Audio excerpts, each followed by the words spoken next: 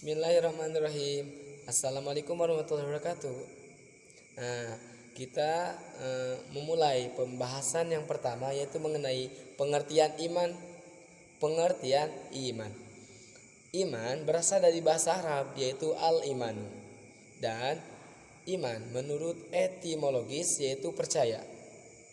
Iman diambil dari kata amana yu'minu imanan, yang berartikan percaya atau membenarkan.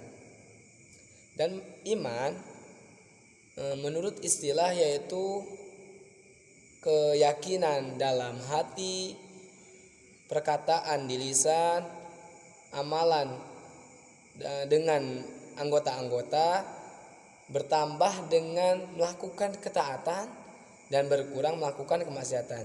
Jadi teman-teman sudah jelas ya bahwasanya iman, pengertian dari iman yaitu percaya. Nah, dan iman menurut para ahli, kita ambil dari Imam Al-Ghazali, iman yaitu pengakuan dengan lidah atau lisan, membenarkan dengan pengakuan itu di hati, dan mengamalkannya itu dengan rukun-rukun atau anggota. Nah, jadi sudah jelas bahwasanya iman itu percaya, dan dari menurut para ahli, iman bahwasanya melakukan dengan anggota, perkataan di lisan, dan meyakinkan di hati.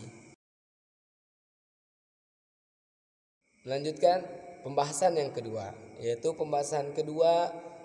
mengenai konsep tauhid aswaja. Pengertian dari tauhid. Nah, tauhid menurut KBI atau Kamus Bahasa Indonesia merupakan alat benda yang berarti keesaan Allah, kuat meyakinkan kepercayaan terhadap Allah itu satu. Jadi bahwasanya Allah itu satu, tidak ada duanya. Nah, melainkan tauhid menurut istilah yaitu meyakini bahwa Allah itu esa, tunggal, dan tidak ada sekutu baginya. Dan kita pengertian dari para ahli. Nah, tauhid, pengertian tauhid dari para ahli, saya mengutip dari Afandi Al-Jas mengatakan bahwasanya ilmu tauhid adalah ilmu yang membahas terhadap menetapkan akidah agama dengan dalil-dalil yang meyakinkan. Jadi Afandi Al-Jas ini mengatakan bahwasannya ilmu tauhid atau tauhid ini yaitu ilmu yang membahas mengenai terhadap akidah agama yang bahwasanya meyakinkan bahwa Allah itu satu, tunggal. Jadi tidak ada duanya. Selanjutnya pengertian dari Ahlus Sunnah wal Jamaah. Nah, Ahlus Sunnah wal Jamaah atau aswaja diambil dari kita 3 kata, yaitu ahlu, sunnah, dan al-jamaah wal jamaah. Ahlu yang mempunyai arti yaitu keluarga atau golongan atau suatu kelompok. Dan as-sunnah yaitu yang diambil dari kehidupan, yang diambil dari kehidupan baginda Nabi Muhammad SAW mengenai maupun terhadap perkataan Nabi, perilaku Nabi. Dan al-jamaah yaitu suatu kumpulan orang banyak yang mengedepankan satu gagasan. Jadi pengertian Ahlus Sunnah wal Jamaah dengan seluruhnya yaitu suatu golongan atau suatu kelompok yang mengikuti dari sunnah-sunnah Nabi atau perilaku atau perkataan-perkataan Nabi. Melanjutkan pembahasan yang ketiga mengenai iman kepada Allah. Iman kepada Allah adalah percaya terhadap adanya Allah. Iman kepada Allah termasuk rukun iman yang pertama. Jadi iman kepada Allah kita semuanya selaku umat Islam harus mempercayai bahwa Allah itu ada, yang mana terdapat dalam firman Allah dalam Al-Quran surah Al-Ikhlas ayat pertama, yaitu A'udzu billahi minasyaitonir rajim. Bismillahirrahmanirrahim. Qul huwallahu ahad. Yang artinya bahwasanya katakanlah wahai Muhammad, qul huwallah, dialah Allah, ahad yang maha esa. Nah, sudah jelas bahwasanya di dalam Al-Quran Allah itu esa, tunggal, tidak ada duanya.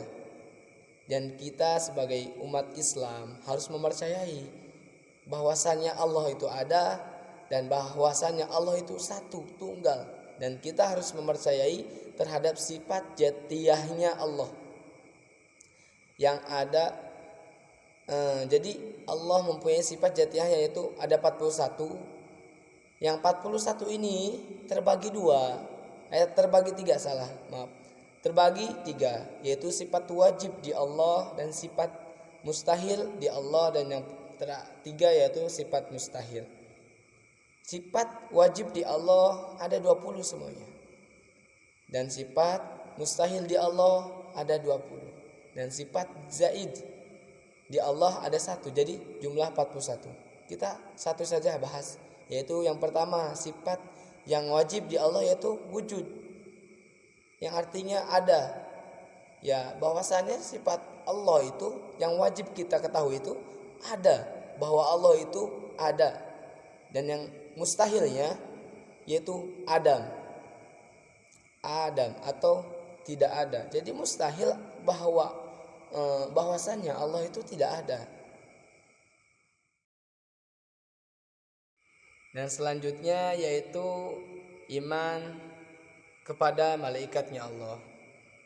Selain kita mempercayai Allah itu ada, kita harus juga mempercayai terhadap malaikatnya Allah. Malaikat, jadi rukun iman yang kedua yaitu percaya terhadap malaikatnya Allah. Jikalau ada yang nanya, malaikat ada berapa sih? Nah, malaikat itu tidak ada yang tahu kecuali Allah Subhanahu wa taala. Melainkan ada 10 malaikat yang wajib kita ketahui, yaitu yang pertama Jibril, Mikail, Israfil, Izrail, Munkar, Nakir, Raqib, Atid, Malik, Ridwan. Dan apa sih tugasnya malaikat yang 10 ini? Nah, yang pertama Jibril benar. Yang Jibril ini mempunyai tugas yaitu memberikan wahyu. Yang kedua yaitu Mikail. Malaikat Mikail ini mempunyai tugas untuk menurunkan hujan dan memberikan rezeki kepada makhluk yang ada di dunia dan ada di langit. Yang ketiga yaitu malaikat Israfil.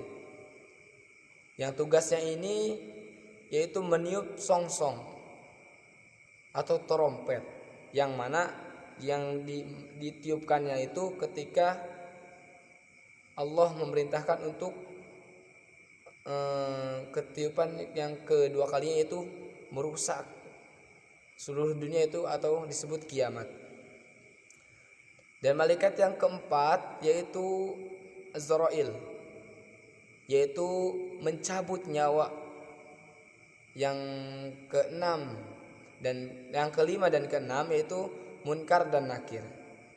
Nah, tugasnya itu sama. Munkar Nakir ini bertugas yaitu untuk bertanya di dalam kubur.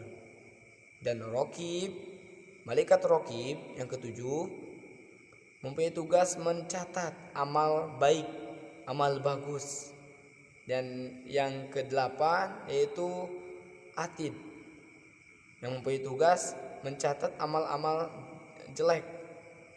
Dan yang kesembilan yaitu malaikat malik, yaitu mempunyai tugas menjaga di dalam neraka. Dan yang terakhir yang 10 yaitu malaikat ridwan, bertugas untuk menjaga di surga. Dan pembahasan yang kelima yaitu mengenai iman kepada kitab-kitabnya Allah. Jadi kita sebagai umat Islam harus meyakini dengan sepenuh hati bahwasanya Allah menurunkan kitab-kitab kepada nabi dan rasul yang berisikan wahyu dari Allah untuk disebarluaskan kepada umat manusia. Jadi ada 4 kitab yang harus kita imani, yaitu kitab Injil, Zabur, Taurat, dan Al-Quran.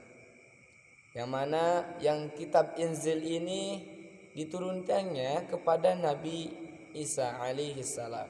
Dan yang kedua kitab Taurat. Dan kitab Taurat ini diturunkan kepada Nabi Musa alaihi salam. Dan ketiga kitab Zabur. Zabur ini diturunkannya kepada Nabi Daud alaihi salam. Dan yang keempat yaitu kitab suci yang sering dibaca oleh umat Islam yaitu Al-Qur'anul Karim, yaitu kepada Nabi terakhir yaitu Nabi Muhammad sallallahu alaihi wasallam. Dan pembahasan yang terakhir yaitu mengenai iman kepada Rasul. Nah, iman kepada Rasul yaitu rukun iman yang keempat. Dan kita juga harus meyakini bahwasanya Rasul itu ada. Apa sih yang dinamakan Rasul? Rasul adalah seorang laki-laki yang diberikan wahyu dari Allah kepadanya untuk disebarluaskan kepada umatnya. Melainkan berbeda dengan Nabi. Nabi adalah laki-laki yang diberikan wahyu dari Allah untuknya, melainkan tidak disebarluaskan kepada umatnya. Berbeda ya. Dan Rasul dan yang wajib kita ketahui ada 25 Rasul yang wajib kita ketahui. Yaitu yang pertama Nabi Adam alaihi salam sampai yang terakhir Nabi atau Rasul yang penutup yaitu Nabi Muhammad sallallahu alaihi wasallam.